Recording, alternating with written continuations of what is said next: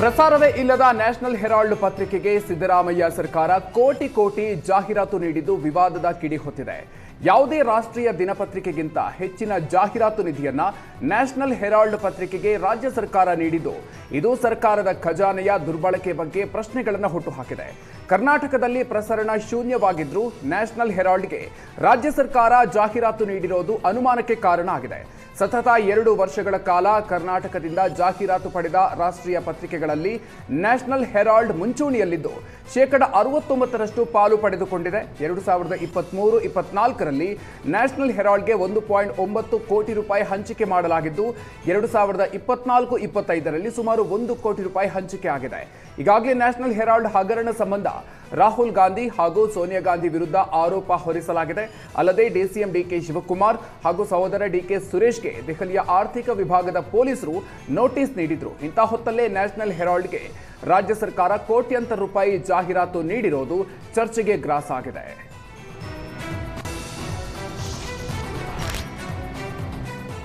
National Herald ಪತ್ರಿಕೆಗೆ ಕೋಟಿ ಜಾಹೀರಾತು ನೀಡಿರೋ ರಾಜ್ಯ ಸರ್ಕಾರದ ವಿರುದ್ಧ ಮಾಜಿ ಸಿಎಂ ಸದಾನಂದ ಗೌಡ ಕಿಡಿಕಾರಿದ್ದಾರೆ. ಬೆಂಗಳೂರಿನಲ್ಲಿ ಮಾತನಾಡಿದ ಸದಾನಂದ ಗೌಡ, ಕರ್ನಾಟಕದಲ್ಲಿ ಕಾಂಗ್ರೆಸ್ ಆಡಳಿತ ಜನಕ್ಕೆ ಸಮಾಧಾನ ತಂದಿಲ್ಲ. ದಿನನಿತ್ಯ ಪೇಪರ್ಗಳಲ್ಲಿ ಜಾಹೀರಾತು ಕೊಟ್ಟಿದ್ದಷ್ಟೇ ಸರ್ಕಾರದ ಸಾಧನೆ ಅಂತ ವ್ಯಂಗ್ಯವಾಡಿದ್ರು. ನ್ಯಾಷನಲ್ ಹೆರಾಲ್ಡ್ ಪತ್ರಿಕೆಯ ಸರ್ಕ್ಯುಲೇಷನ್ ಇಲ್ಲದಿದ್ರೂ ಜಾಹೀರಾತು ಕೊಟ್ಟಿರೋದು ಸರಿಯಲ್ಲ.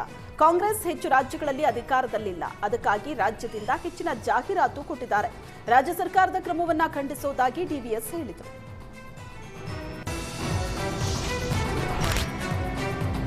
ನ್ಯಾಷನಲ್ ಹೆರಾಲ್ಡ್ ಪತ್ರಿಕೆಗೆ ಕೋಟಿ ರೂಪಾಯಿ ಜಾಹೀರಾತು ನೀಡಿರೋದನ್ನ ಡಿಸಿಎಂ ಡಿಕೆ ಶಿವಕುಮಾರ್ ಸಮರ್ಥಿಸಿಕೊಂಡಿದ್ದಾರೆ. ಬೆಂಗಳೂರಿನಲ್ಲಿ ಮಾತನಾಡಿದ ಡಿಕೆ ಶಿವಕುಮಾರ್, ಎಲ್ಲಾ ಸರ್ಕಾರಗಳಿಗೂ ಪೇಪರ್ಗಳಿಗೆ ಜಾಹೀರಾತು ಕೊಡುವ ಅಧಿಕಾರ ಇದೆ, ಅದರ ಪ್ರಕಾರ ನಾವು ಕೂಡ ಜಾಹೀರಾತನ್ನ ನೀಡಿದ್ದೀವಿ ಅಂತ ಹೇಳಿದ್ರು.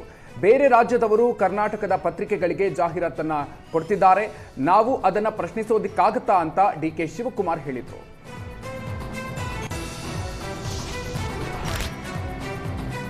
ಪ್ರಸಾರವೇ ಇಲ್ಲದ ನ್ಯಾಷನಲ್ ಹೆರಾಲ್ಡ್ಗೆ ಜಾಹೀರಾತು ನೀಡಿದ್ದನ್ನ ಸಚಿವ ಪ್ರಿಯಾಂಕ್ ಖರ್ಗೆ ಸಮರ್ಥಿಸಿಕೊಂಡಿದ್ದಾರೆ. ಬೆಂಗಳೂರಿನಲ್ಲಿ ಮಾತನಾಡಿದ ಸಚಿವ ಪ್ರಿಯಾಂಕ್ ಖರ್ಗೆ, ಕಾನೂನಾತ್ಮಕವಾಗಿಯೇ ಹಣದ ವ್ಯವಹಾರ ನಡೆದಿದೆ. ಕೆಲ ಪತ್ರಿಕೆಗಳಿಗೆ ಹೆಚ್ಚು ಹಣ, ಕೆಲ ಪತ್ರಿಕೆಗಳಿಗೆ ಕಡಿಮೆ ಹಣ ಕೊಟ್ಟಿರಬಹುದು.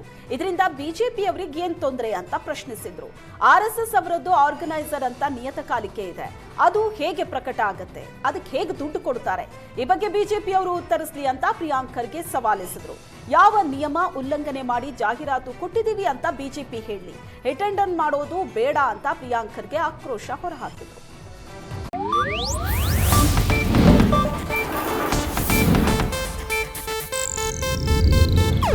ಇದು ಏಷ್ಯಾನೆಟ್ ನ್ಯೂಸ್ ನೆಟ್ವರ್ಕ್ ಪ್ರಸ್ತುತಿ.